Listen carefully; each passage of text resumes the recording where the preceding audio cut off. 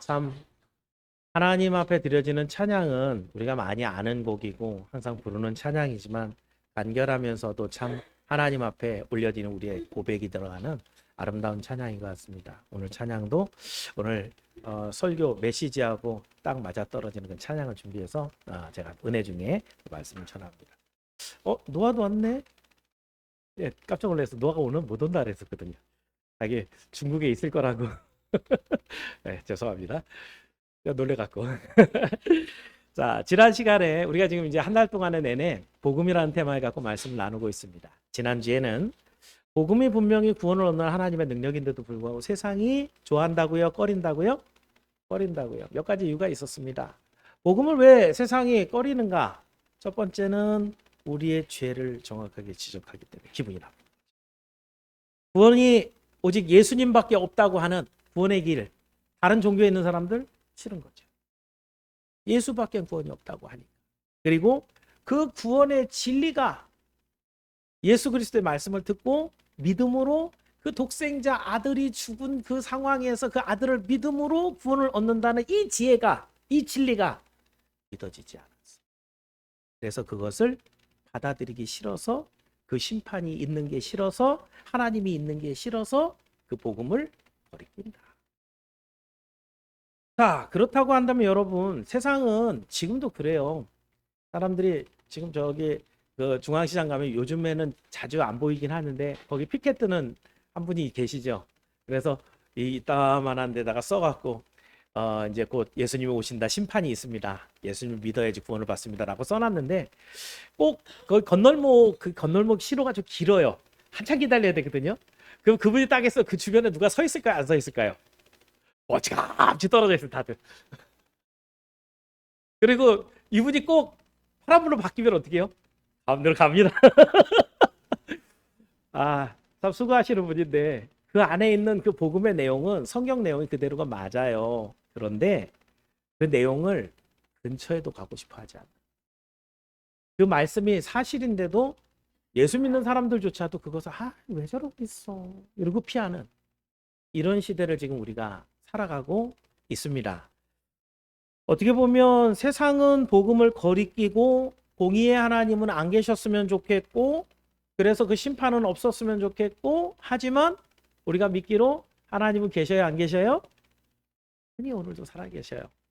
살아계신 하나님이 준비한 일들은 몽땅 다 그대로 이루어집니다. 그러니 성경에 기록되어 있는 당신의 심판은 고스란히 이 땅에 임합니다.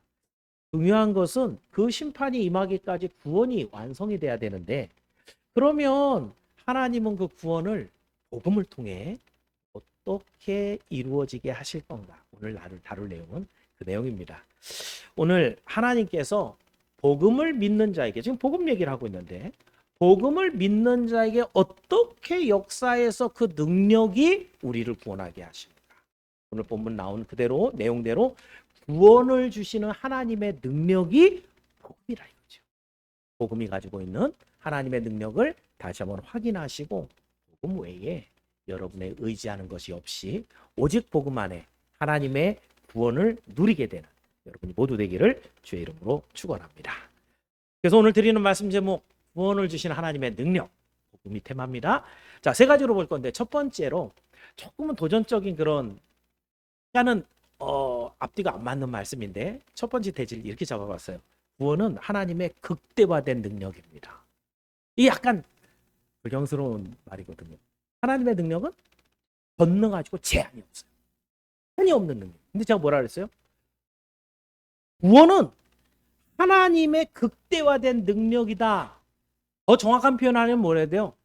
하나님의 능력의 극대화된 표현이 구원이다. 이렇게 돼야 돼요. 그렇게 하면은 이게 좀 어렵죠. 그래서 조금 쉬운 표현을 썼는데 쉽게 하면 이렇게 약간 상황을 왜곡할 수 있어요. 하나님의 능력은 어마어마한데 그 어마어마한 능력이 가장 극대화돼서 잘 표현된 방식이 구원이다.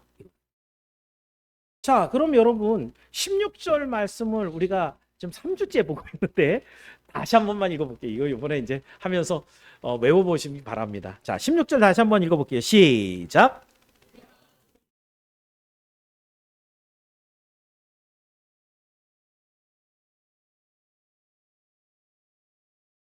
아멘.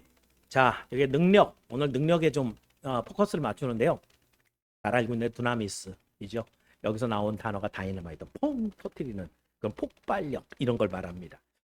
여러분이 생각할 때 한번 속으로 대답을 한번 해주세요. 하나님의 능력 그러면 어떤 능력을 여러분 보통 생각하세요? 성경에 기록되어 있는 하나님은 어떤 능력의 하나님이신가? 여러분 중에 금 나와라 뚝딱히 하고 금 이만큼 만들어 주실 수 있는 이걸 하나님의 능력이라고 생각하고 계시는 분은 성경을 많이 안 읽어보신 분이에요. 자, 성경을 1차 독자는 누구였냐면 히브리인들이었거든요. 히브리인들은 하나님의 능력 그러면 제일 먼저 떠올리는 게 구원입니다. 성경에서 여러분이 성경을 좀 읽어보신 분들은 창조를 제외하고 하나님의 능력이 어디에 쓰였는지 한번 생각을 해보세요. 자, 대표적으로 초강대국이었던 애굽에서 이스라엘 백성들을 건져내기 위해서 10가지 재앙. 그죠? 그 능력은 어마어마한 능력이 모든 신들 다 버려버렸단 말이에요. 그죠? 그 뭐하는 이 목적이 뭐였어요? 없어요. 홍해 앞에서 호계 가를 때 밤새 동풍을 불어갖고 촥 가서 마른 땅 건너갈 때 왜 가는 거예요? 구원입니다. 가나안에 들어갔을 때 이스라엘 백성들이 싸움을 하는데 밤새 달려와서 지친 그 몸을 하나님이 대신 적군을 쳐줘요. 하늘에서 비같이 우박과 불을 같이 떨어뜨려 버렸어. 싹 죽여버립니다. 하나님 능력이죠. 뭐예요? 구원입니다. 이스라엘 백성들이 뭐 이런 나타나는 현상적인 기적뿐만 아니라 이스라엘 백성들이 바벨론에 잡혀갔는데 그 바벨론 포로에 있는 이스라엘 백성들을 다시 돌아오도록 고레스가 칙령을 내려요. 너 이스라엘들은 다 예루살렘 돌아가. 하나님의 능력이죠. 사람의 마음을 감동시켜서 변화시키는 것. 이 능력도 역시 포커스 구원이에요. 그 돌아온 백성들이 주변에서 수도 없는 질투와 핍박과 방해 속에 그런데 꿋꿋하게 하나님의 성전을 짓고 성벽을 둘러갖고 오직 하나님의 나라를 만들어가게 하는 이 모든 과정 기적이죠. 역시 하나님의 능력이 구원을 위해서 이루어지고 있는 것을 보여줍니다. 자, 그렇다고 한다면 여러분 이렇게 이스라엘 사람들을 구원하실 때 성경에 기록되어 있는 모든 하나님의 능력은 거의 다 하나님의 구원을 목적으로 해서 기록이 되어 있다 이거죠. 자, 이제 오늘 여러분입니다. 그렇다고 한다면 이스라엘뿐만 아니라 이스라엘 시대에 있었던 다른 나라 사람들 중에서도 하나님을 믿고 구원받은 사람들이 혹 있었겠죠. 그죠? 지금 이 시대에는 이스라엘 백성들이 아니라 이제는 모든 세대의 모든 사람들, 특히 죄인들을 구원해내는데 사용되는 것이 바로 우리 하나님의 능력이라고 한다면 우리 하나님의 능력은 얼마나 대단한 것일까? 한번 여러분이 생각을 해보십시오. 그 시대에 이스라엘 백성 보고 건져내는데도 10가지 재앙과 홍해를 갈라야 되는 거예요. 그 가나안 땅을 주시는데도 그 가나안 땅, 그 시대의 사람들, 가나안을 그 하나님의 나라로 만들기 위한 그 역사인데도 하나님의 능력이 필요한 거예요. 그런데 지금 이 시대에 70억 인구가 있는 중에서 거기 흩어져 있는 이스라엘 사람들, 하나님의 사람들 원하기 위해서 한 사람 한 사람 그 삶의 현장에 찾아가셔서 사건을 만드시고 예수 믿게 하시고 감동을 갖게 해서 결단해서 하나님을 믿게 하는 모든 과정에 그 하나님의 능력, 그것이 다 역사한다고 봤을 때 하나님의 능력은 이거를 한번 여러분이 생각을 해보기 바랍니다. 여러분, 구원은 결코 쉬운 일이 아닙니다. 이 세상에 그 누구도 구원을 이룰 수 있는 분은 우리 하나님 외에는 아무도 없습니다. 여러분, 왜 하나님만 하시는가? 하나님 아니면 누가 해야 돼요? 우리가 해야 되거든요. 근데 성경에 우리는 뭐라고 돼 있어요? 전적으로 타락해서 우리는 조금도 스스로 자기 하나도 구원할 수가 없는 존재라고 성경은 말하고 있거든요. 자, 얼마나 타락한 인생인가? 한번 여러분, 우리 인생들이 목사님 그렇게 타락했다 그러세요. 우리 그냥 착하게 살려고 그렇게 애를 쓰고도 있는데 성경이 말하는 거 어떻게 말하는가 한번 보실래요? 로마서 8장 13절을 먼저 읽어봅니다. 자, 8장 13절 올라와 있으면 읽습니다. 시작.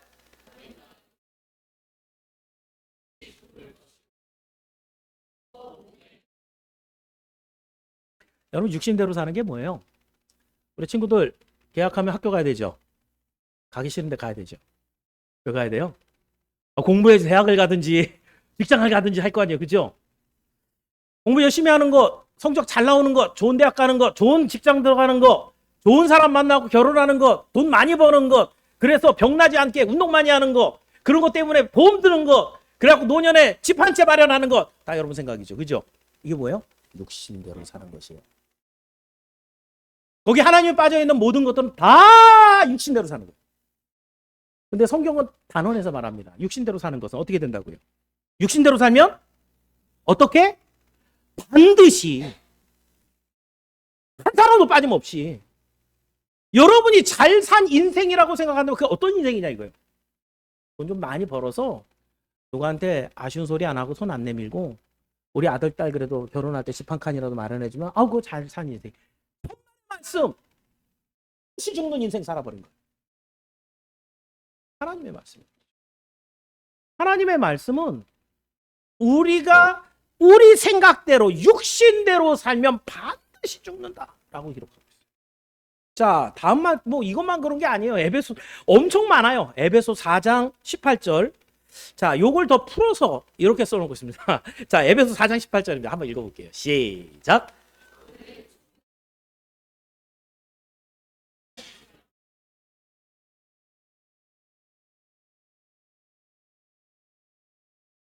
여기 등장하는 이 사람 뭔가요?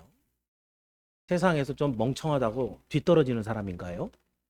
이 사람은 나름대로 똑똑한 사람이에요. 총명이 있는 사람이란 말이죠. 근데 이 총명이 어두워집니다. 뭘 하는데? 하나님을 떠나 생명을 떠나는 일에 이 사람은 무지해집니다. 자긴 세상에 세상 똑똑하게 사는데 세상에서 인정받고 사는데 그런데 어떻게 돼요? 생명에서 떠나버립니다. 그 마음이 사람들에겐 친절을 베풀고 젠틀하다는 얘기를 듣고 라고 하는데 이 사람은 성경에 뭐라 하냐? 마음이 굳어져 버렸다. 왜? 하나님을 아는 믿는 지혜에서 떨어져서 완전히 생명에서 떠나져가요. 인생들의 모습이에요. 여러분이 존경하고 저런 사람이 저런 살면 나도 살고 싶어라고 하는 사람이 만약 예수를 믿는 사람이 아니면 여러분은 롤모델을 잘못 잡은 거예요. 그 인생은 어떤 인생인 거예요? 생명에서 떠난 인생이라고. 이건 제 말이 아니에요. 이건 하나님의 말씀이에요. 이 말씀은 세상이 멸망할 때까지 한 점도 변화되지 않는 하나님의 말씀. 그러면 이건 우리가 반박할 수 있는 부분이 아니라는 거죠. 이것은 하나님이 선언하신 단언하신 말씀이에요. 여러분, 그래서 그 결과 종말의 날에 대한 모습을 우리는 착하게 살면 도덕적으로 인격적으로 훈련을 많이 하면 그럴듯한 살만한 세상이 만들어질 거라고 생각을 하지만 하나님이 말씀하는 종말의 모습은 그렇지 않아요. 종말의 모습은 디모데후서 4장 2절부터 4절에 바울이 이렇게 남기고 있습니다. 한번 읽어볼까요? 잘 아시는 부분인데 디모데후서 4장 2절부터 4절입니다. 읽습니다. 시작.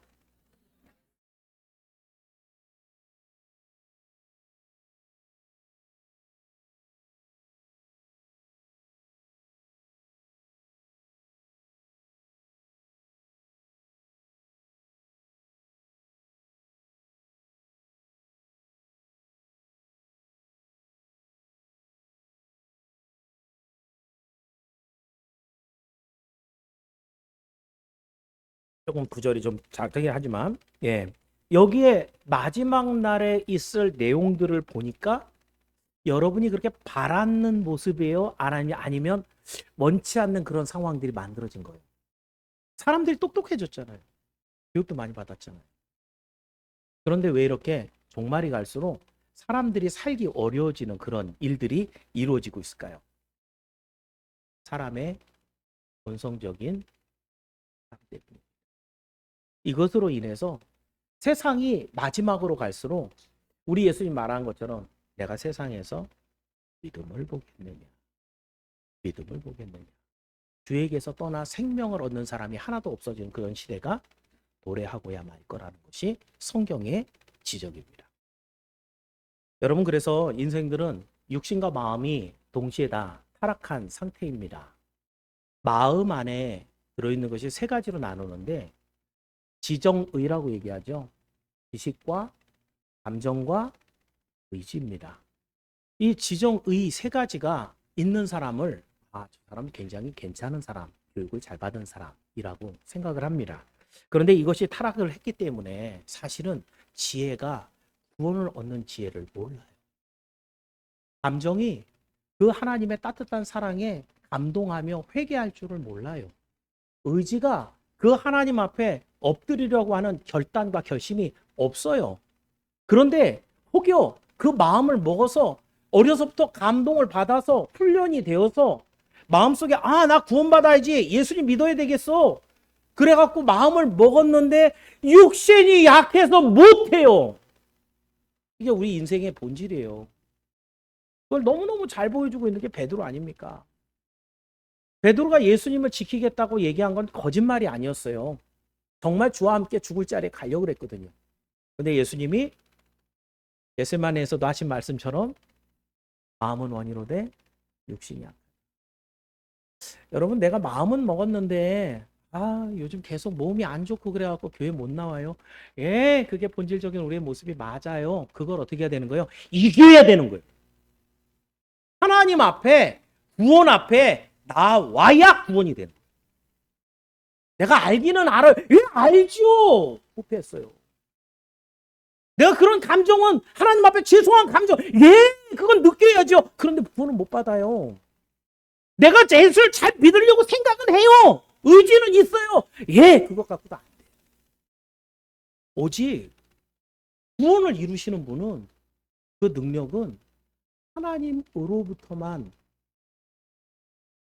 내 안에 있는 것이, 느낀 것이, 의지하는 것이, 내가 뭔가 습관을 가진 것이 절대 우리를 구원하지 못한다는 거예요. 하나님의 능력이라. 그렇다면 여기서 여러분 한번 생각해 보세요. 우리 하나님이 얼마나 피곤하실까? 예수 믿는다 그러고 여러분이 한 번도 죄 안 짓고 똑바르게 걸어가나요? 그러면 하나님 어때요? 또 거짓말했네. 또 넘어졌네. 그 씨름하고 우리가 하나님 앞에 막 짜증내고 안 할 거예요, 이런 거 달래가면서 때로는 화내면서 끌고 가는 그 모습하고, 싹 없애버리고 내가 원하는 하나님의 나라 이렇게 만들 거야. 쉽겠죠? 안 나라겠죠. 만약에 하나님이 그런 뜻을 갖고 계셨다고 한다면 우린 벌써 다, 만약에 그랬으면 우린, 감사하게도 하나님의 뜻이 뭐예요? 당신의 택한 자를 살려서 당신의 나라를 이루는 일. 이게 얼마나 번거로운 일이에요. 인생 하나만 생각, 저도 다른 사람 잘 모르겠고요, 저 하나만 봐도 제가 얼마나 고집스러운지, 얼마나 이랬다 저랬다 하는지, 똑바로 잘하겠다고 빌고 난 다음에 또 딴짓하고 있는지 전 너무 잘 알거든요. 그런 인생 하나를 잡아갖고선 하나님의 나라까지 데려가는 이 지긋지긋한 인생길, 우리 하나님은 얼마나 힘드실까요? 근데 그걸 이루시는 분, 그것도 나만 아니라 택하신 모든 백성을 이루시는. 그래서 구원은 이 하나님께서 복음은 구원을 이루시는 우리 하나님의 능력이에요. 따라서 여러분 안에 지금 나이 그렇게 소리 내서 설교를 해도 나 진짜 예수 믿거든요, 할렐루야. 만약에 여러분의 안에 예수님을 믿는 그 믿음이 있다고 한다면 지금 여러분 안에 엄청난 기적이 일어나고 있는 거예요. 그건 안 일어나는 일이에요. 그건 자발적으로 발생하는 일이 아니라니까요. 그 예수님이 내 안에서 믿어진다라는 그 자체가 내 안에서 지금 기적이 막 일어나고 있는 거예요. 내 지식과 내 감정과 내 의지를 완전히 다 뒤집어서 하나님께로 가고, 내 육신을 쳐갖고 오늘 친척들이 많이 오고 맛있는 것도 많이 있고 오늘 놀아야 되는데, 그런데 하나님 앞에 교회로 나오게 하는 그 결단과 여러분의 육신을 치게 하는 모습들은 하나님이 하시는. 그래서 요한일서 4장 15절에 이런 말씀이 있어요. 한번 읽어볼까요? 요한일서 4장 15절입니다. 같이 읽을게요. 시작.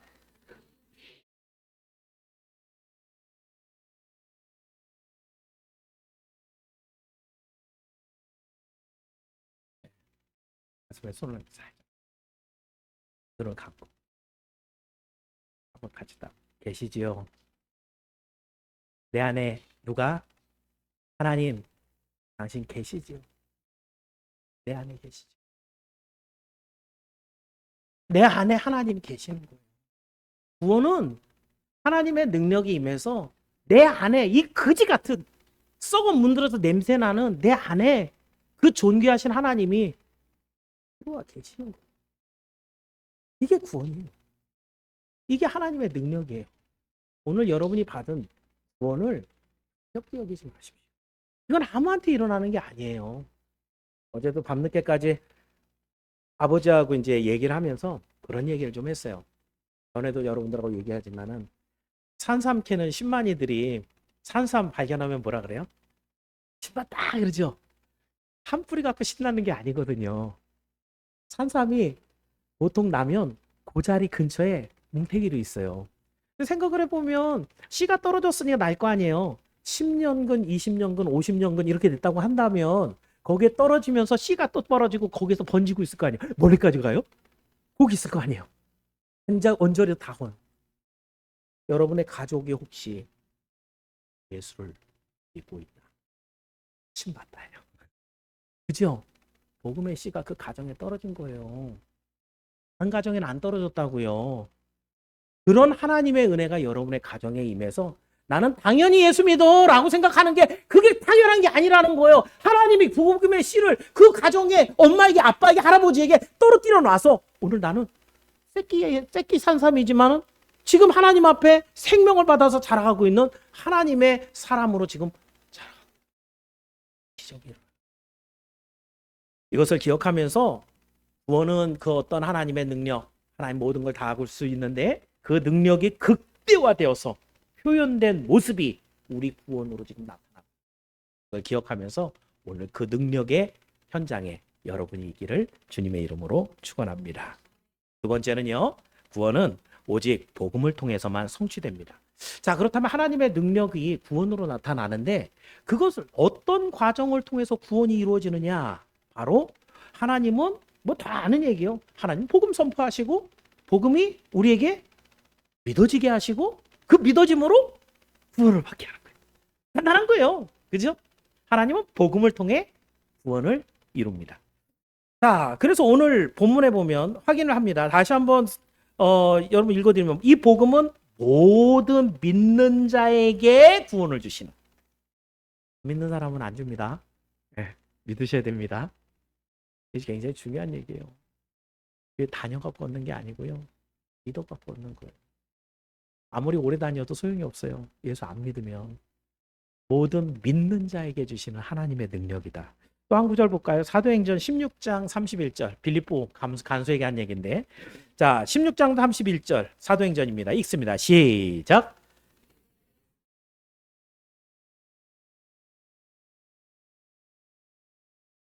여러분, 이 간수에게도 이 간수는 예수 모르는 사람이잖아요. 그 밤에 죽으려고 그랬죠? 그죠? 그 사람은 죽은 사람이었어요. 지진이 일어나서 모든 죄수가 다 도망갔는데 어떻게 살아남을 거예요? 차라리 자살하는 게 제일 깨끗하죠. 죽은 인생이었거든요. 근데 바울이 거기 살려냅니다. 바울이 살려냅니다. 죽지 않게 합니다. 그리고 죽지 않게 합니다. 예수를 그리하면 너와 네 집이 구원을. 너무너무 자주 들어서 목사님 목사하기 쉽네. 똑같은 말씀 맨날 하시면 돼요. 똑같은 말씀인데 그 말씀은 날마다 여러분 새롭게.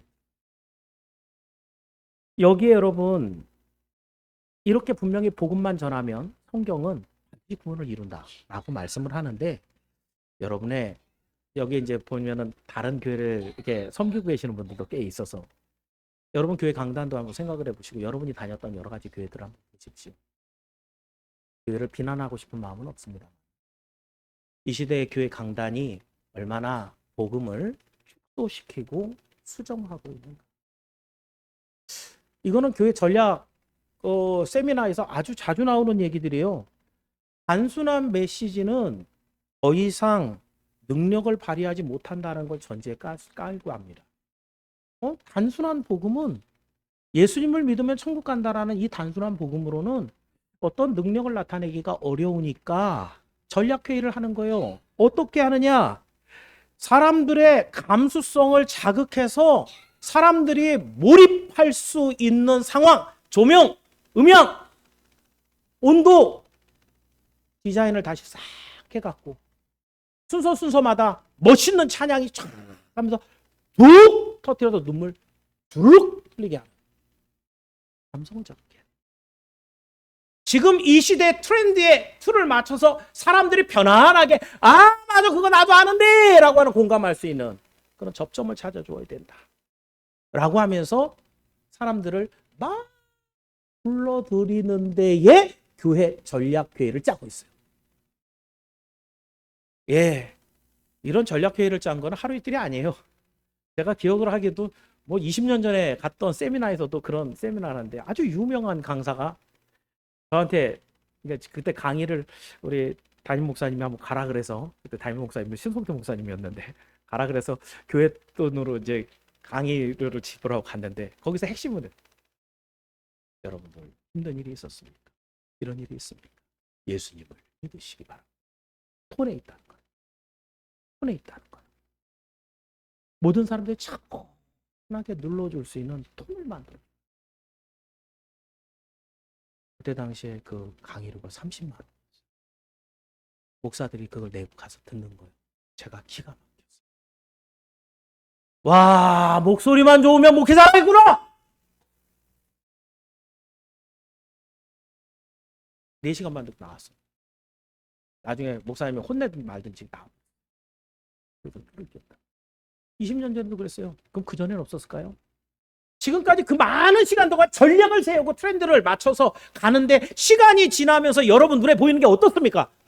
교회가 잘 성장해갖고 멋있게 성도들이 성장해가고 있나요? 아니면 다들 뿔뿔이 흩어져갖고 교회가 쇠락의 길을 걸어가요?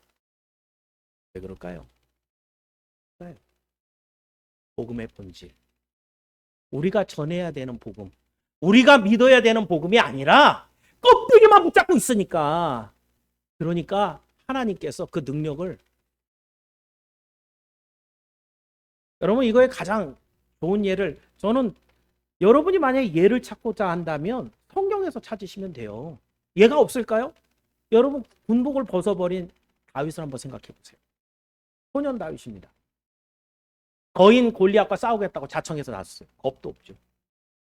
근데 그것을 이끌고 있는, 싸움을 이끌는 사울 왕이 봤을 때 측은해 보이는, 가면 한 칼에 죽을 건데.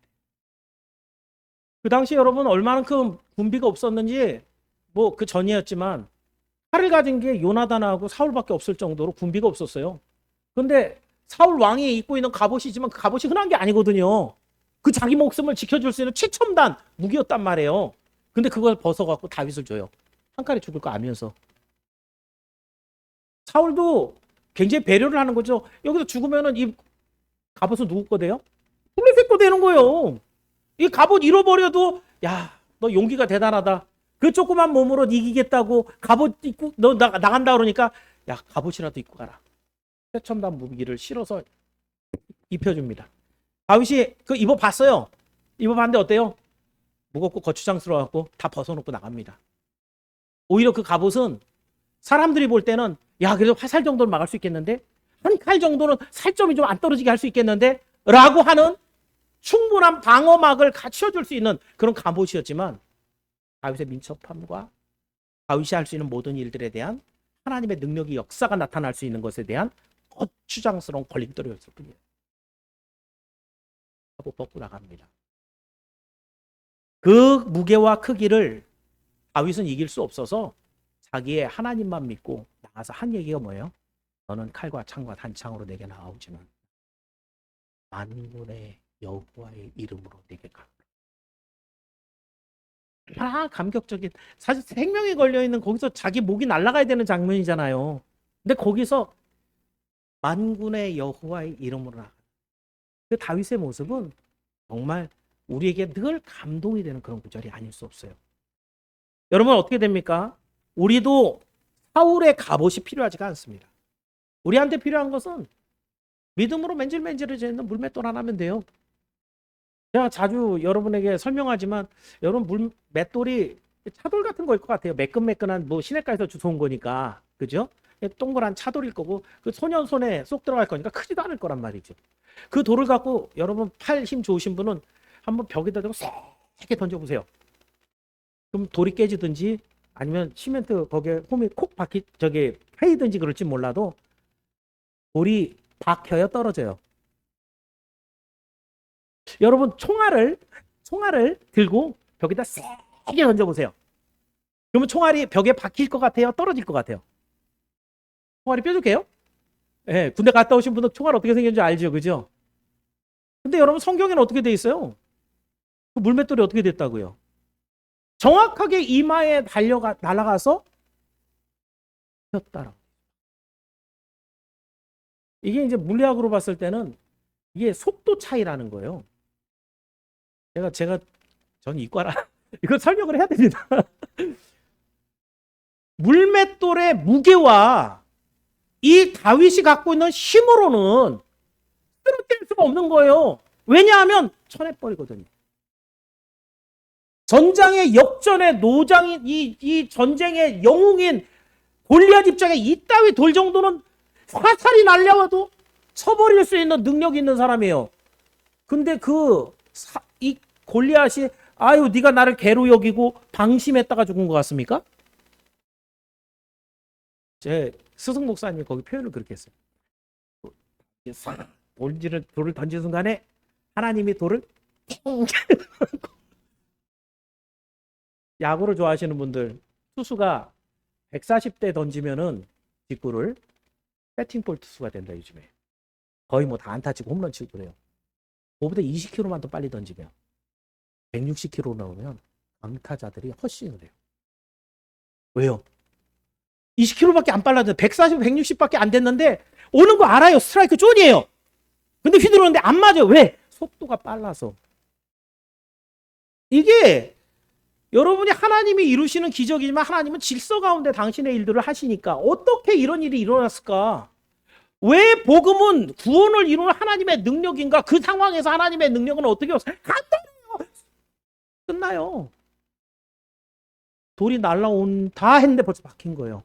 얼마나 빨랐는지 그 속도로는 이 뼈를 뚫고 들어가서 박혀버리는 정도의 빠르기로 날아가 봐서 박혀버렸을 거예요. 추론이에요. 성경 내용은 아니에요.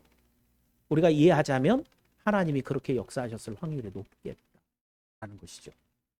중요한 것은 여러분, 오늘 이 시대에 우리는 수많은 갑옷을 덕지 입고 눈도 제대로 뜰 수 없을 만큼 걷지도 못할 만큼 만들어 놓고 하나님의 구원을 기다리고 있는 겁니다. 가장 중요한 복음은 제껴. 그 복음이 선포되는 그 시간은 엉뚱한 노래와 여러 가지 감동을 줄 수 있는 이야기, 스토리로 가득 채워서 예수 그리스도의 구원을 잊어버리게 하는.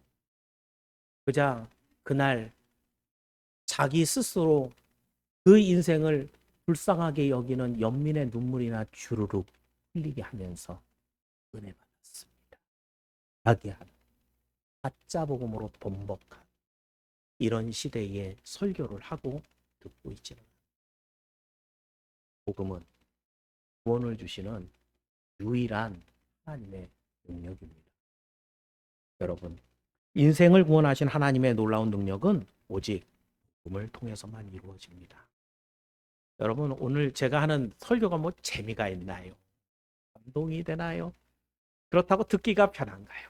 근데 놀랍게도 이 설교를 듣고 변화되는 분들이 있어요. 변화되는 친구들이 있어요. 볼 때마다 제가 참 감사해요.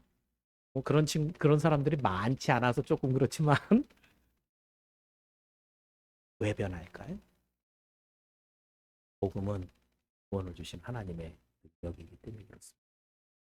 오늘도 여러분 이것을 기억하면서 복음은 우리 구원을 이루는 여러 가지 일 중에 일부가 아니고 우리 구원을 이루는 전부인 것을 기억하면서 오늘도 복음 안에 하나님의 구원을 얻어가는 여러분이 되길 주의 이름으로 축원합니다.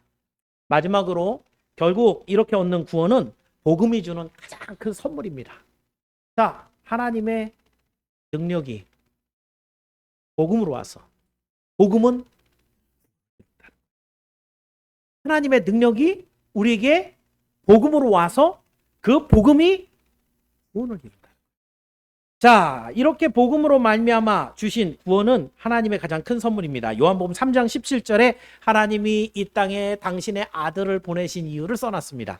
자, 3장 17절입니다. 요한복음 같이 읽습니다. 시작.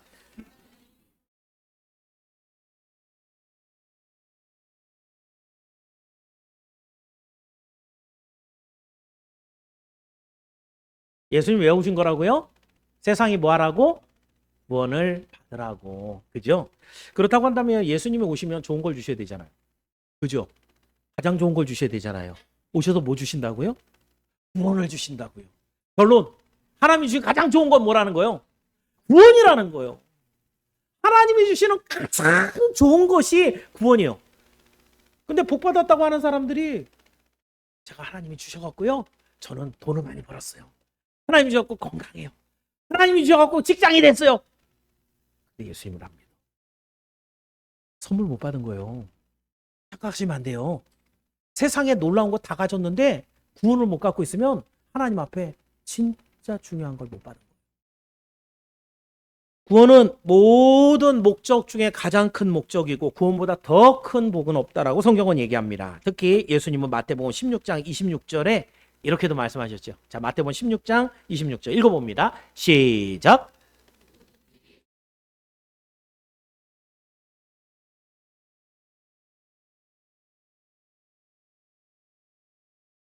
그 다음에 말씀, 오늘 말씀이 조금씩 안 맞는데요. 사람이 만일 온천하를 얻고도 제 목숨을 잃으면 무엇이 유익하리요? 사람이 무엇을 주고 제 목숨과 바꾸겠느냐? 이렇게 했습니다. 여러분, 구원은 복음이 주는 많은 축복 중에 하나가 아니라 그게 전부입니다. 여러분이 구원을 얻었다고 한다면 그 어떤 것을 얻지 못하였어도 여러분은 모든 걸 다 얻은 거예요. 그래서 요즘 우리 애기들 부르는 찬양, 천국은 마치 밭에 밤주임과 밥 팔고 집 팔고 냉장고 팔아 기어이 그 밭을 사고 말 거예요. 그 밭이 중요한 게 아니죠. 그죠? 그 밭에 보아인 구원이 담겨 있을 때 그 구원을 얻기 위해 모든 것을 다 잃어버려도 가장 큰 것을 얻은 사람이라고 성경은 말해주고 있습니다. 여러분, 근데 이것을 한번 역사적으로 생각해 보십시다. 초대교회 성도들 복음이 너무너무 좋았죠. 그죠? 구원받은 게 너무 좋았어요. 예수님이 우리를 구원하셨다는, 물론 베드로가 지나가는 곳마다 베드로 손수건만 가져가도 병이 낫고 그랬어요. 병 나은 것 때문에 교회가 세워진 게 아니에요. 초대교회는 예수를 믿는 믿음 때문에 모이기 시작한 거예요. 그 사람들이 그 예수를 믿는다는 그 기쁨 때문에 자기의 것들을 가지고 와서 사람들하고 물물 다 나눠줘서 같이 먹고 살았던 그런 시대가 바로 초대교회 성도들의 모습이죠. 이들에게는 하나님을 믿고 그 심판을 피하며 하나님과 화해한 이 놀라운 은혜, 예수 그리스도 한 분만으로 충만한 기쁨을 누렸었어요. 그런데 요즘에 성도들은 어때요? 아까 제가 강단에서 선포하는 설교가 단순한 메시지를 버리고 자꾸 트렌드를 따라가는 그 이유가 뭐라 그래요? 왜 그럴까? 왜 그럴 것 같아요? 성도들이. 그죠? 목사도 예수 믿으면 천국 가요. 다음 주에 예수 믿으면 천국 가요. 얼마나 설교하기 싫을까요?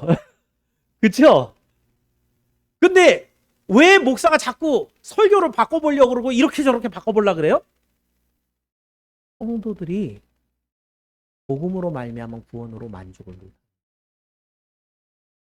하나님, 내가 예수 믿고 구원은 받았는데 돈도 좀 있어야 될 것 같고, 구원은 받았는데 우리 자식이 대학도 좀 가야 되겠고, 내가 돈 받았는데 내가 좀 아프지 않고 좀 이 병에 좀 안 걸려도 되지 않아요, 하나님?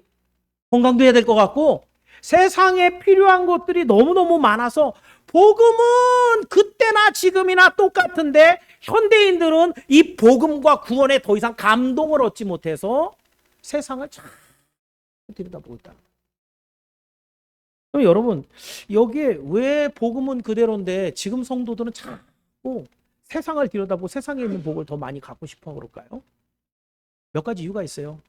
여러분, 한번 여기에 내가 속하는지 한번 생각해 보세요. 첫 번째는 자기가 얼마나 비참한 죄인인지 모르기 때문에 그래요.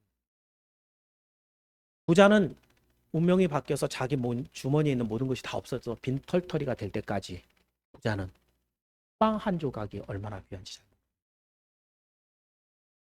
자는 늘 있거든요. 아, 밥 없으면 라면 먹으면 되지. 라면 없으면 떡볶이 먹으면 되지. 얼마든지 있거든요. 없는 사람은 그 때거리를 걱정하는 그 어려움을 이 사람은 자기가 직접 체험할 때까지 그 빵이 얼마나 귀해 있는지 알 수가 없다. 이거 세상에 그냥 여러분이 알고 있는 이치예요. 그것만큼이나 여러분이 하나님 앞에 발가벗겨진 죄인이라는, 어제까지만 해도 하나님과 함께 거닐었던 아담과 하와가 선악과를 따먹은 다음에 결코 하나님 앞에 나올 수 없어서 나무 뒤에 숨어서 무화과 나뭇잎으로 자기 몸을 감싸며 숨어서 제가 벗은 줄을 알고. 아담이 지은 죄는 선악과를 따먹어서 하나님의 말씀을 어긴 죄인데, 아담하고 여러분하고 비교해보면 누구 죄가 더 많을 것 같아요? 죄의 어떤 심각성을 본다면 아담의 죄가 작지 않지만, 여러분의 죄의 가지수나 숫자로 본다면 결코 아담은 그거밖에 없거든요. 지금 죄 지은 게. 그죠? 그런데도 어때요? 발가벗겨진 모습으로 하나님 앞에 설 수가 없어요. 그 두려우신 하나님의 얼굴을 볼 수가 없어요. 우리가 얼마나 추악한 죄인인가를 인정하지 않기 때문에 복음은 만족스럽지가 않습니다. 구원 갖고는 못 살겠다는 거. 뭐 또 필요한 게 있다는 거. 나는 그렇게 더러운 죄인이란 걸 인정하지 않기 때문에. 두 번째, 그 죄로 말미암아 하나님의 진노가 얼마나 큰지 모르기 때문에 그래요. 내가 죄인인 건 알겠는데, 에휴, 우리 하나님이 사랑의 하나님이라 뭐 대충 또 혼내시다가 그만두시겠지 라고 하는 생각. 그 하나님의 심판과 진노가 얼마나 두려운지 모르기 때문에. 그런데 여러분, 그 모습을 보신 분이 있죠. 예수님입니다. 십자가에 달리신 예수님의 엘리엘리 라마 사박단이 외칠 때에는 그 하나님의 두려우신 얼굴을 본 거예요. 한 번도 본 적이 없는. 우리 예수님 어떤 분이에요? 다 아시는 분이에요. 전지하신 하나님이에요. 하나님의 얼굴이 얼마나 두려울지 알고 계시는 분이에요. 이미 알고 계셨기 때문에 겟세마네에서 주여 이 잔을 내게서 옮겨주옵소서라고 기도했던 분이 안단 말이죠. 그런데 아는 것과 보는 건 달라요. 십자가 위에서 그 하나님의 얼굴을 봤을 때 그 예수님은 엘리 엘리 라마 사박다니, 나의 하나님 어째서 나를 버립니까? 나 죄 없는데. 얼마나 두려운 얼굴인지. 다시는 그 얼굴을 보고 싶지 않은 이스라엘 백성들을 통해서도 한번 볼까요? 시내산에 올라갔던 이스라엘 백성들, 하나님이 복 주려고 불렀다고요. 저들에게 내 말을 전하고 저들이 나를 따르게 하자.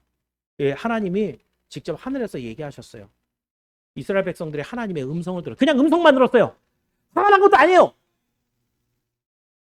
복 주려고, 내 백성 삼으려고 하나님이 우렁찬 목소리를 한 번 했는데, 백성들의 표현은 어때요? 모세요, 우리가 저 목소리를 다시는 안 듣게 해주세요. 저 목소리 들으면 다시 들으면 내가 죽을 것 같아요. 좋아갖고 얘기하시는데도. 만약에 두려우신 하나님, 여러분이 살아 평생에 무섭고 두려운 사람을 만난 적이 있다고 한다면, 그 사람 또 만나서 그 앞에 꾸중 듣는 시간 갖는다고 한다면 얼마나 짜증이 나고 화가 나겠어요? 근데 사람도 아니고 하나님이 여러분의 죄를 다 들춰내고 다 쌓아놓고 영원한 불못으로 던지기 전에 이글이글 타는 눈으로 여러분을 두렵게 쳐다보시는 그 두려운 진노 앞에 어떨 것 같으세요? 우리 주님은 죄가 하나도 없는 상태에서 당신이 대속의 죽음을 죽는 거 뻔히 아시면서도 그 얼굴 봤을 때 엘리엘리 라마 사박단이라고 했는데, 축복하시려고 당신의 언약을 주시려고 시내산에서 말씀하시는 나는 너희의 하나님이니 라고 얘기하는 그 한마디에 백성들은 뭐세요? 내가 다시 저 목소리 들으면 또 죽을 것 같습니다. 당신이 들으시고 우리에게 말씀해 주옵소서.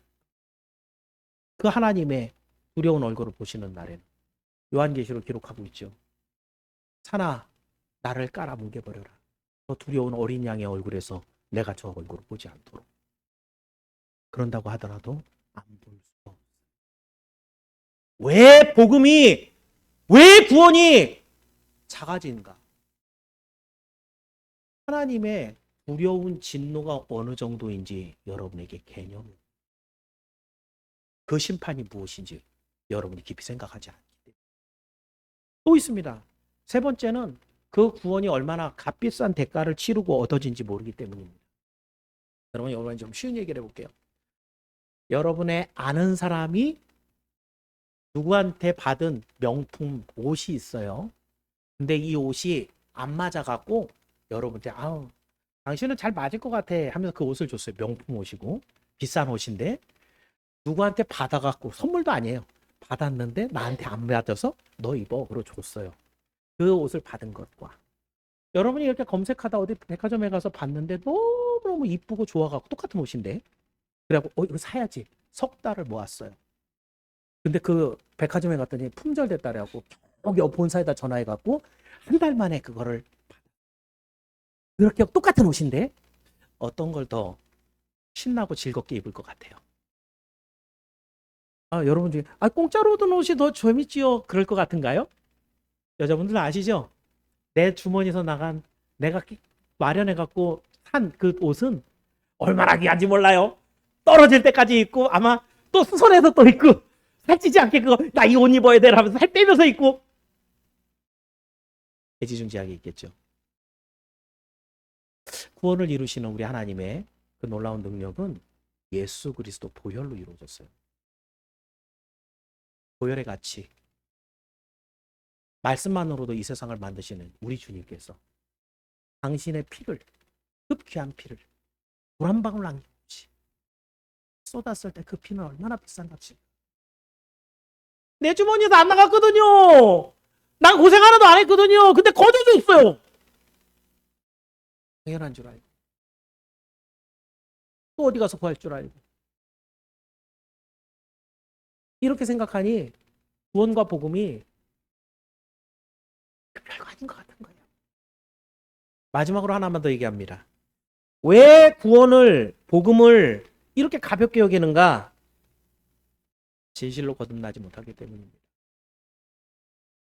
아무리 멋있는 광경이 있어도 우리 집사람한테 가끔 제가 차량 운행을 새벽 예배 마치면 나가는데 지금 아니고 이제 한 달 정도 지나면 경포에 동이 틀 때 얼마나 이쁘지.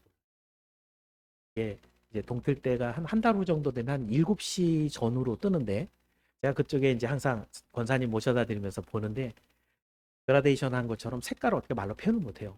빨간색부터 파란색까지 쫙 나눠져서 올라가는데 너무 이쁜 거예요. 제 심지어는 사진을 찍었어요. 그러면서 저희 집사람한테 얘기합니다. 차량 운행 갈 때 나랑 같이 가자. 해야 돼. 추워. 보여줄 수가 없잖아요. 그죠? 그 사진을 찍어갖고 이쁘네 끝이에요. 근데 사진도 다 안 담기는 그 색깔이 너무 이쁜데 해야지 보는 거죠. 하물며 소경이면 어때요?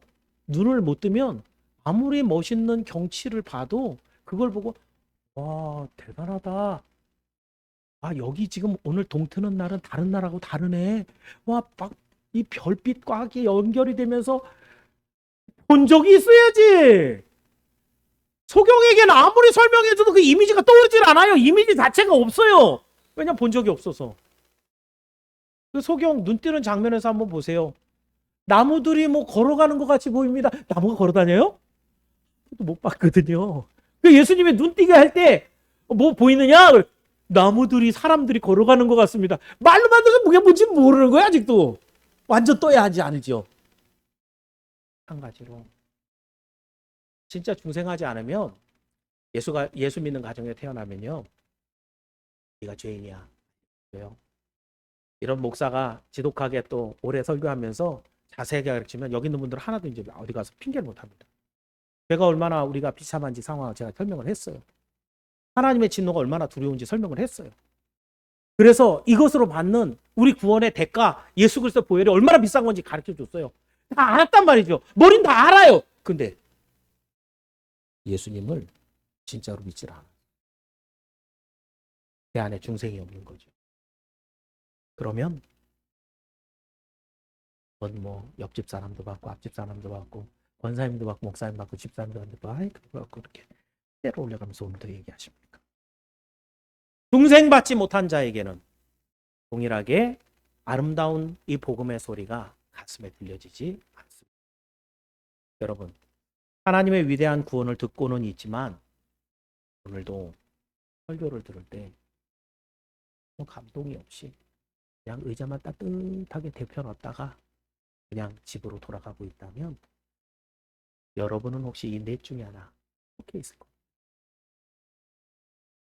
오늘 우리가 너무너무 자주 잊어버리는 거예요. 구원은 전부예요. 우리 삶의 모든 것과 다 바꿔도 바꿀 수 없는 어마어마한 것을 우리 구원을 하나님이 우리한테 주셨는데 이 구원이 얼마나 대단한 건지 모르니까 내가 얼마나 큰 죄인인지 하나님의 진노가 내 앞에 얼마나 크게 있는지 그것을 위해서 쏟아부은 우리 주님의 대가가 얼마나 큰지 그래서 내가 구원받은 이 중생이 얼마나 큰 선물인지 오늘도 우리는 돈도 좀 주시고요. 자식도 좀 건강하게 해주시고요. 내 사업도 좀 잘 되게 해주시고요. 사실은 배보다 더 배꼽이 큰 그런 신앙생활을 하고 있다.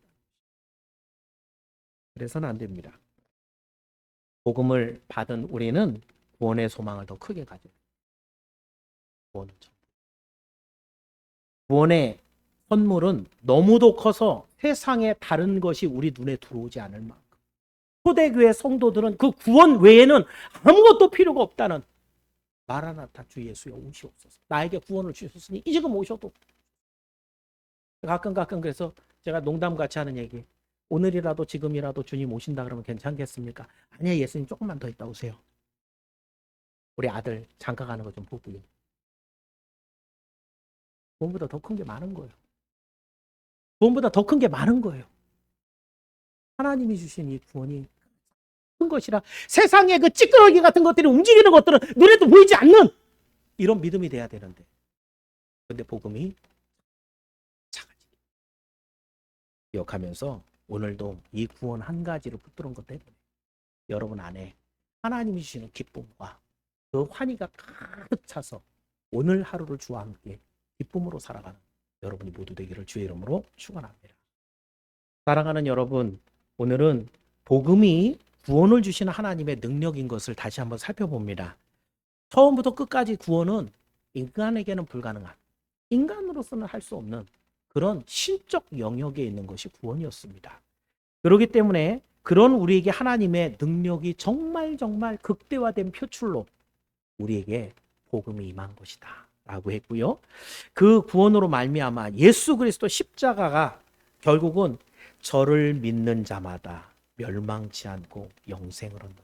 오직 복음으로만 구원을 얻게 하는, 복음만 구원을 얻게 하는 이 길을 열으셨다라고 했고, 그렇게 얻은 구원은 이 세상에서 우리가 얻어야 되는 여러 가지 복 중에 하나가 아니고 이 세상을 살아가는 하나님의 백성이 반드시 그 복 많은 그 복을 꼭 가져야 되는 우리 복의 전부로서 주신 것이 바로 구원이다 라고 말씀하셨습니다. 이기주의와 인본주의와 물질주의 시대에 살고 있는 우리는 더 많이 부패합니다. 그래서 구원 외에 추가적으로 무언가를 자꾸 갖고 싶어 합니다. 이것은 구원의 본질과 하나님의 진노를 바르게 알지 못한 우리 무지의 소치라고 얘기했습니다. 오늘도 구원을 주시는 하나님의 능력을 다시 한번 깊이 묵상을 해보십시오. 세상의 것이 너무너무 커 보여서 구원이 요만하게 보이는 사람인지, 아니면 구원이 너무 커서 세상의 것은 내 등 뒤에 있는 것처럼 보이지 않는 사람인지, 오늘 나는 하나님의 구원으로 인해 기쁨과 감사와 감격 속에 살아가고 있는지, 아니면 내가 교회만 안 다녔으면 돈도 더 많이 벌고 좋은 학교를 갔을 건데 라고 하면서 자꾸 세상을 엿보고 있는 반만 교회에 걸치고 있는 사람인지 여러분 스스로를 판단하면서 오늘도 그 복음을 주신 주님께, 주님, 당신 한 분으로 나는 만족합니다. 그 구원 주신 것 이거 하나만 갖고도 나는 감격입니다. 오늘도 그런 감격 속에 주님과 동행하는 우리 모든 선양의 지체들이 되기를 주의 이름으로 축원합니다. 기도하겠습니다. 은혜로우신 아버지 하나님, 감사합니다. 오늘도 귀한 주일 하나님이 주신 복음을 가지고 나누었습니다. 너무 당연한 얘기인데 종에 너무 오래 설교를 한 면도 있습니다. 그러나 너무 당연한 일인데 우리가 얼마나 자주 그 복음을 잃어버리고 세상을 엿보면서 주님 흘리신 그 피의 대가를 정말 빚을 내지 못하고 살아간 여기 얼마나 많은지요. 오늘 우리가 다시 한번 주님 앞에 엎드려 회개하면서 다시 복음의 본질을 회복하기를 원합니다. 주님이 흘리신 그 보혈의 그 놀라운 능력이 오늘 우리 성도들의 삶에 역사하여 주옵소서. 우리는 절대 할 수 없는데 주님이 찾아오셔서 우리 마음속에 감동하여 주시고 그 복음이 믿어짐으로 오늘 우리 마음이 결단하여 오직 주만 바라보며 살아갈 수 있는 그 믿음의 삶을 살게 하여 주옵소서. 그 삶이 포기와 헌신의 삶인데도 우리 하나님 주시는 기쁨과 즐거움이 넘쳐서 세상의 그 어떤 누구보다도 항상 기뻐하며 살아가는 주님의 자녀들 되게 도와주옵소서. 이 복음이 우리 선양교회 가득 차고 우리 가정들에 가득 차서 세상의 땅끝까지 주의 복음을 전하며 이 구원을 전파하는 우리 모두가 되게 하여 주옵소서. 예수님의 이름으로 기도하옵나이다.